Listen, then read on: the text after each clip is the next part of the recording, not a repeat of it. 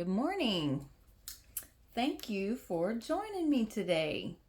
So, right now we are on week 4 and we are about to go into day 23. So, without any further ado, we're going to go ahead and get started. All right. So, we are in Genesis chapter 46, verses 1 through 47, verse 31. So Israel set out with all that was his, and when he reached Beersheba, he offered sacrifices to the God of his father Isaac. And God spoke to Israel in a vision at night and said, "Jacob, Jacob." "Here I am," he replied. "I am God, the God of your father," he said. "Do not be afraid to go down to Egypt, for I will make you into a great nation there. I will go down to Egypt with you, and I will surely bring you back again. And Joseph's own hand will close your eyes." Then Jacob left Beersheba, and Israel's sons took their father Jacob and their children and their wives in the carts that Pharaoh had sent to transport him. They also took with them their livestock and the possessions they had acquired in Canaan, and Jacob and all his offspring went to Egypt.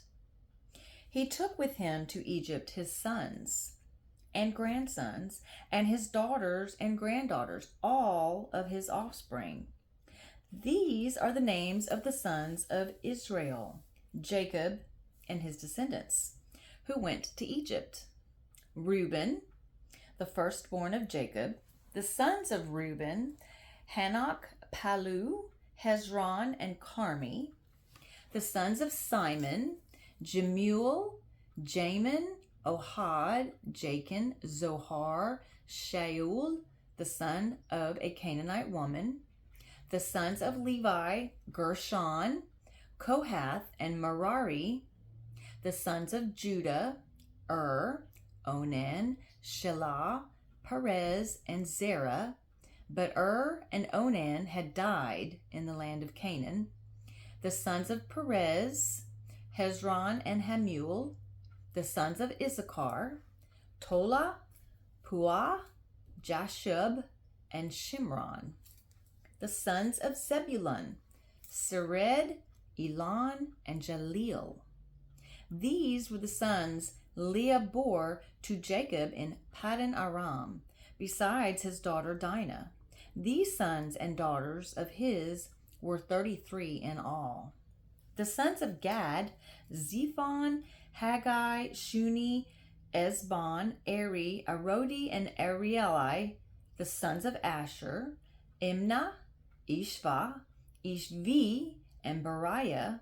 Their sister was Sarah. The sons of Beriah, Heber, and Malachiel. These were the children born to Jacob by Zilpah, whom Laban had given to his daughter Leah, 16 in all. The sons of Jacob's wife Rachel, Joseph and Benjamin. In Egypt, Manasseh and Ephraim were born to Joseph by Asenath, daughter of Potipharah, priest of On. The sons of Benjamin, Bela, Becher, Ashbel, Gera, Naaman, Ehi, Rosh, Mupim, Hupim, and Ard. These were the sons of Rachel, who were born to Jacob, 14 in all. The son of Dan, Hushim. The sons of Naphtali, Jaziel, Guni, Jazer, and Shilem. These were the sons born to Jacob by Bilhah, whom Laban had given to his daughter Rachel, 7 in all. All those who went to Egypt with Jacob, those who were his direct descendants, not counting his sons' wives, numbered 66 persons. With the 2 sons who had been born to Joseph in Egypt, the members of Jacob's family, which went to Egypt, were 70 in all. Now Jacob sent Judah ahead of him to Joseph to get directions to Goshen, When they arrived in the region of Goshen, Joseph had his chariot made ready and went to Goshen to meet his father Israel. As soon as Joseph appeared before him, he threw his arms around his father and wept for a long time. Israel said to Joseph, "Now I am ready to die, since I have seen for myself that you are still alive." Then Joseph said to his brothers and to his father's household, "I will go up and speak to Pharaoh, and will say to him, 'My brothers and my father's household, who were living in the land of Canaan, have come to me. The men are shepherds, they tend livestock, and they have brought along their flocks and herds and everything they own.' When Pharaoh calls you in and asks, 'What is your occupation?' you should answer, 'Your servants have tended livestock from our boyhood on, just as our fathers did.' Then you will be allowed to settle in the region of Goshen, for all shepherds are detestable to the Egyptians." Joseph went and told Pharaoh, "My father and brothers, with their flocks and herds and everything they own, have come from the land of Canaan and are now in Goshen." He chose 5 of his brothers and presented them before Pharaoh. Pharaoh asked the brothers, "What is your occupation?" "Your servants are shepherds."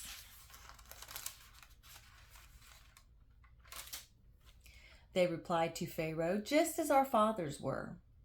They also said to him, "We have come to live here a while, because the famine is severe in Canaan, and your servants' flocks have no pasture.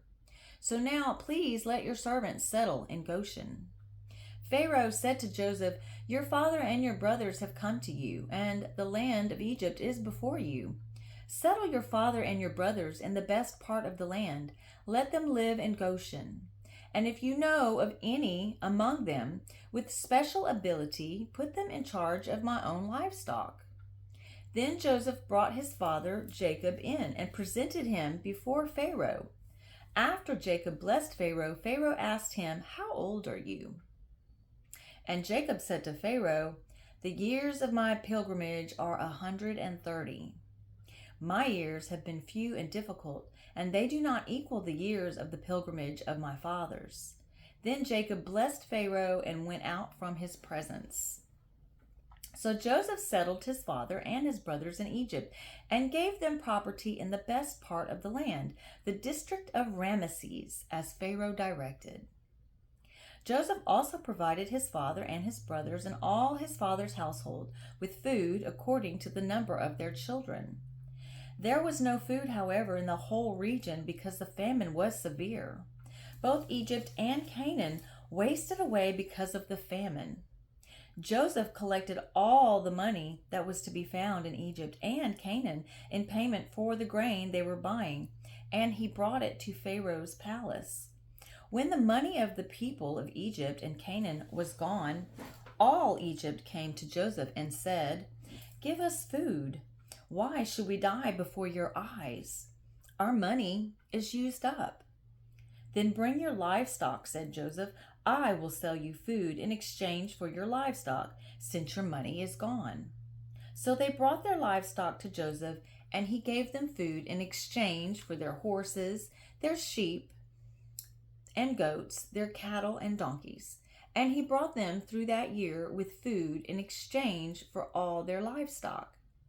When that year was over, they came to him the following year and said, "We cannot hide from our Lord the fact that since our money is gone, our livestock belongs to you. There is nothing left for our Lord except our bodies and our land. Why should we perish before your eyes, we and our land as well? Buy us and our land in exchange for food, and we with our land will be in bondage to Pharaoh. Give us seed so that we may live and not die, and that the land may not become desolate." So Joseph bought all the land in the Egypt of Pharaoh. The Egyptians, one and all, sold their fields because the famine was too severe for them. The land became Pharaoh's, and Joseph reduced the people to servitude from one end of Egypt to the other. However, he did not buy the land of the priests because they received a regular allotment from Pharaoh and had food enough from the allotment Pharaoh gave them. That is why they did not sell their land. Joseph said to the people, "Now that I have bought you and your land today for Pharaoh, here is seed for you so you can plant the ground. But when the crop comes in, give a fifth of it to Pharaoh. The other 4/5 you may keep as seed for the fields and as food for yourselves and your households and your children." "You have saved our lives," they said. "May we find favor in the eyes of our Lord? We will be in bondage to Pharaoh." So Joseph established it as a law concerning land in Egypt, still enforced today, that a fifth of the produce belongs to Pharaoh. It was only the land of the priests that did not become Pharaoh's. Now the Israelites settled in Egypt in the region of Goshen. They acquired property there and were fruitful and increased greatly in number. Jacob lived in Egypt 17 years, and the years of his life were 147. When the time drew near for Israel to die, he called for his son Joseph and said to him, "If I have found favor in your eyes, put your hand under my thigh and promise that you will show me kindness and faithfulness. Do not bury me in Egypt, but when I rest with my fathers, carry me out of Egypt and bury me where they are buried." "I will do as you say," he said. "Swear to me," he said. Then Joseph swore to him, and Israel worshipped as he leaned on the top of his staff. Now we are in New Testament, Matthew chapter 15, verses 1 through 28.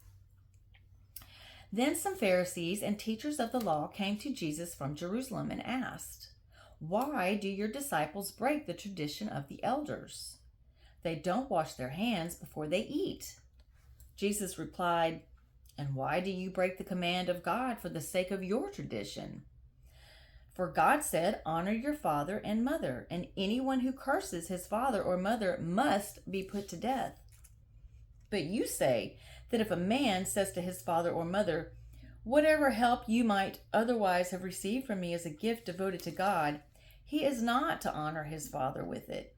Thus you nullify the word of God for the sake of your tradition. You hypocrites! Isaiah was right when he prophesied about you.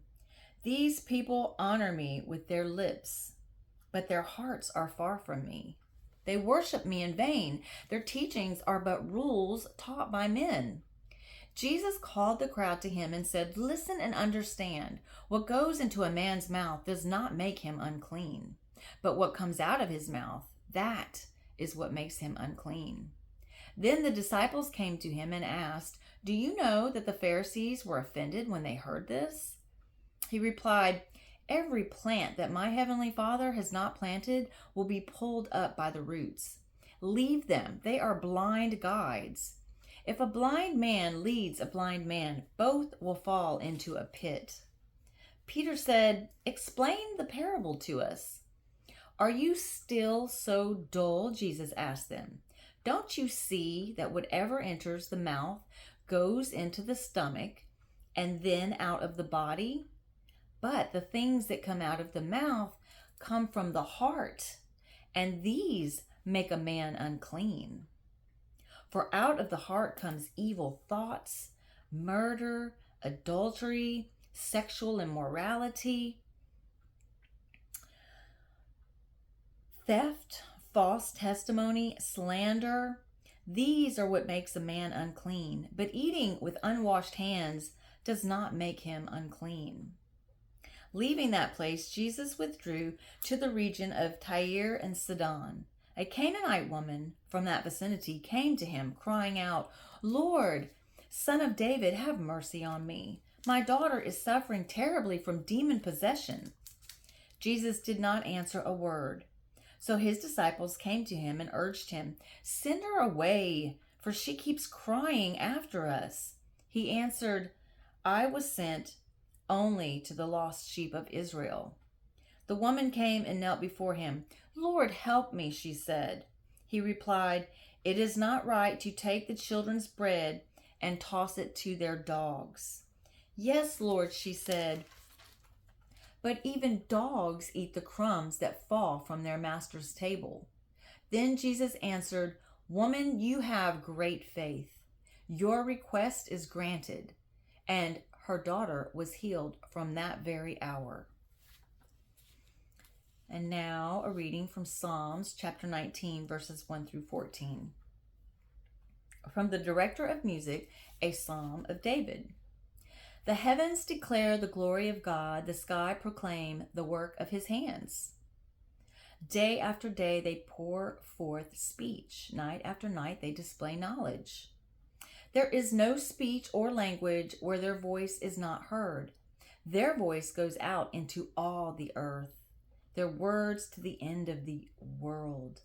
In the heavens he has pitched a tent for the sun, which is like a bridegroom coming forth from his pavilion, like a champion rejoicing to run his course.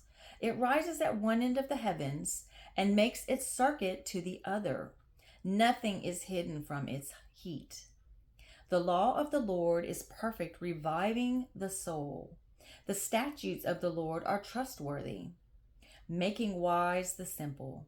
The precepts of the Lord are right, giving joy to the heart. The commands of the Lord are radiant, giving light to the eyes. The fear of the Lord is pure, enduring forever. The ordinances of the Lord are sure and altogether righteous. They are more precious than gold, than much more pure gold. They are sweeter than honey from the comb. By them is your servant warned. In keeping them there is great reward. Who can discern his errors? Forgive my hidden faults. Keep your servant also from willful sins. May they not rule over me. Then will I be blameless, innocent of great transgression. May the words of my mouth and the meditation of my heart be pleasing in your sight, O Lord, my rock and my redeemer. And this is Proverbs chapter 4, verses 14 through 19. Do not set foot on the path of the wicked, or walk in the way of evil men. Avoid it. Do not travel it. Turn from it and go on your way. For they cannot sleep till they do evil. They are robbed of slumber till they make someone fall. They eat the bread of wickedness and drink the wine of violence. The path of the righteous is like the first gleam of dawn, shining ever brighter till the full light of day. But the way of the wicked is like deep darkness. They do not know what makes them stumble. And that concludes our reading for today. Thank you for joining me. As always, I truly do appreciate you being here with me and sharing your time, which is extremely valuable, with me and allowing me to read you God's word. I hope you get something out of this. I hope it keeps you on track. I hope you thirst for it. I hope I make it easier to understand. I hope that I am enunciating things properly. I know I'm not pronouncing everything 110%, but I'm doing the best I can, and I just really hope that you enjoy it, because I am truly enjoying doing this. I am, like I said before, I read the Bible last year for the first time from beginning to end, and this will be my second time reading it in its entirety. But this time I'm documenting it with you, and I'm really enjoying it. I'm having a great time. It's making me feel very accomplished, especially considering that the material that I am spreading is God's word. I feel blessed and honored, and thank you again. I just want to make sure you know how much I appreciate you, and I hope you have a great rest of your day.